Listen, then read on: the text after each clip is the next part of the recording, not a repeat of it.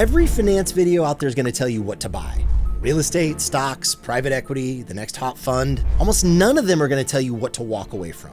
But if you want to make good decisions with your money, knowing what to avoid matters just as much as knowing what to buy. And wealthy people don't avoid things randomly. They avoid them for a reason. Today, I'm going to walk you through 4 things I refuse to put my money into and the reasons behind each one. Let's go. My name is Adam Williams. I'm the founder and CEO of Untitled Capital, a private equity firm based in Scottsdale, Arizona. Last year alone, we completed over $200 million in multifamily transactions, and we added over 1,300 units to our portfolio.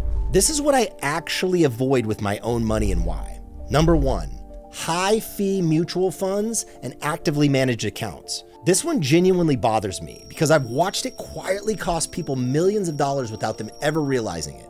I'm talking about high-fee investment products. That's a mutual fund where someone is actively picking stocks for you, or you have an advisor managing your money and charging you a percentage of it every single year for that service. That percentage sounds small, 1%, 1.5%, maybe 2%. How bad can it be? But it can be very bad. Say you have $500,000 invested and you're paying a 1.5% fee. That's $7,500 a year coming straight out of your account. But it's worse than the number looks because that $7,500 doesn't just appear once, it disappears every single year. And it's money that never gets the chance to grow for you again.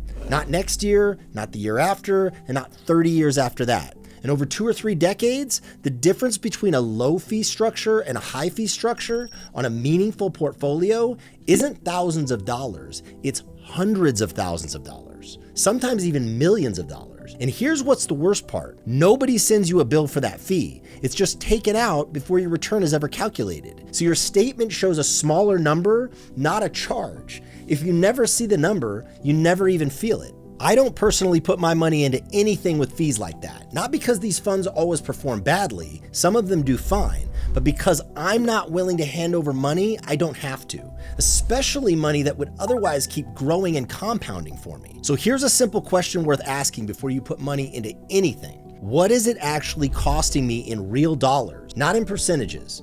Take the percentage you're being charged, multiply it by how much money you have invested, and say that number out loud. A 1.5% fee on $500,000 is $7,500 a year. That's the number that matters, not the 1.5%. Then ask, what are you actually getting for that extra cost? If nobody can give you a clear answer, that's your answer.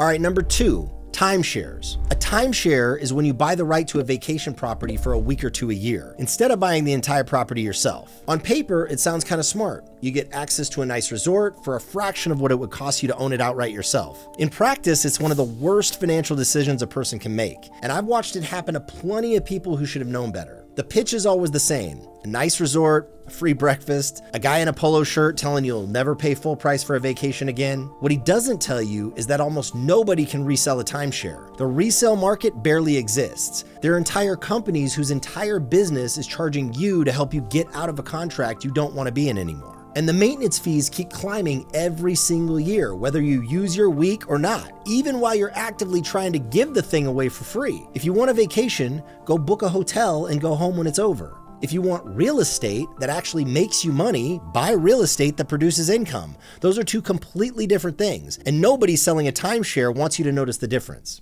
Number 3, single-family rentals, Airbnbs, vacation properties, and speculative land. Here's the counterintuitive one from a real estate guy.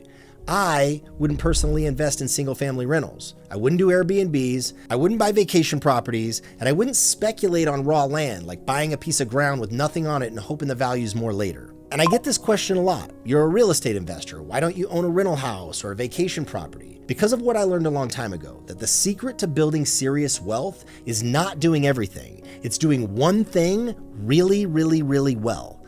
I invest in multifamily. Large apartment communities professionally managed at scale. That's it.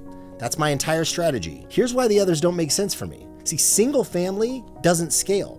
Going from 1 rental to 10 rentals is 10 times the management headaches. Each property is its own roof, its own tenant, and its own set of problems. You're not building a scalable business. You're building a collection of individual problems. Now, Airbnbs are a hospitality business wearing a real estate costume. You're dealing with guests every few days, you're managing reviews, you're coordinating cleaning crews, and hoping the city doesn't pass an ordinance that kills your income model overnight. That's a job, not a passive investment. Vacation properties feel like an asset, but they behave like an expense. The rental income is inconsistent, the costs of holding onto it are high, and most people buy them with their heart, not with a calculator, which is why the math rarely works out in their favor. And speculative land is just a bet. It doesn't pay you income while you hold it, it doesn't get you any tax benefits the way a building does, and it doesn't produce any cash flow.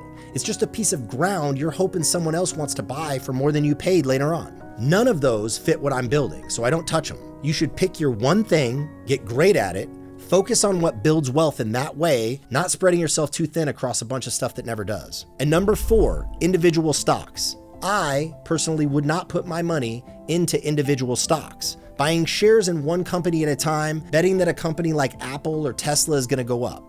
Not because the stock market is bad, and not because these individual companies can't produce great returns. They usually do in those types of companies. But I stay out because I don't have an edge there. I'm not a stock analyst. I don't have inside information on public companies. I don't have a research team spending all day studying earnings reports and building financial models on hundreds of different companies.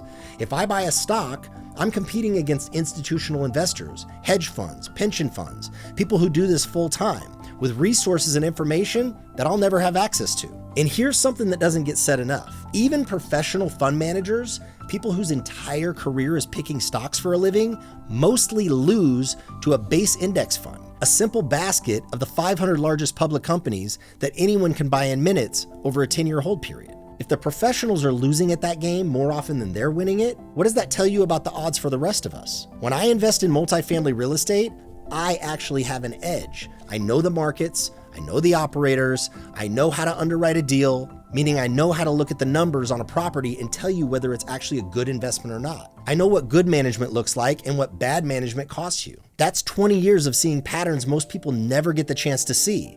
In the stock market, I have none of that. So I stay out of it completely. Play the game where you have an edge. Avoid the games where you don't.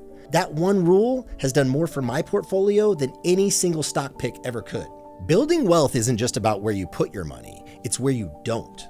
Every dollar you don't lose to a bad fee, a bad contract, or a bad bet is a dollar that can go work for you somewhere else instead. It's not glamorous, but it's what builds wealth over time. So if this changed how you think about your own portfolio, if you want to be around other people who think about investing this way and who are actually building real wealth, you should come join us at school.com/More Club. The More Club is a free community of real estate investors doing real deals, having real conversations every single day. And if you want to go deeper on the one thing I do invest in and why multifamily specifically has been the vehicle for everything I built, I've linked a video in the description below that breaks it all down. Both links are below. I'll see you there.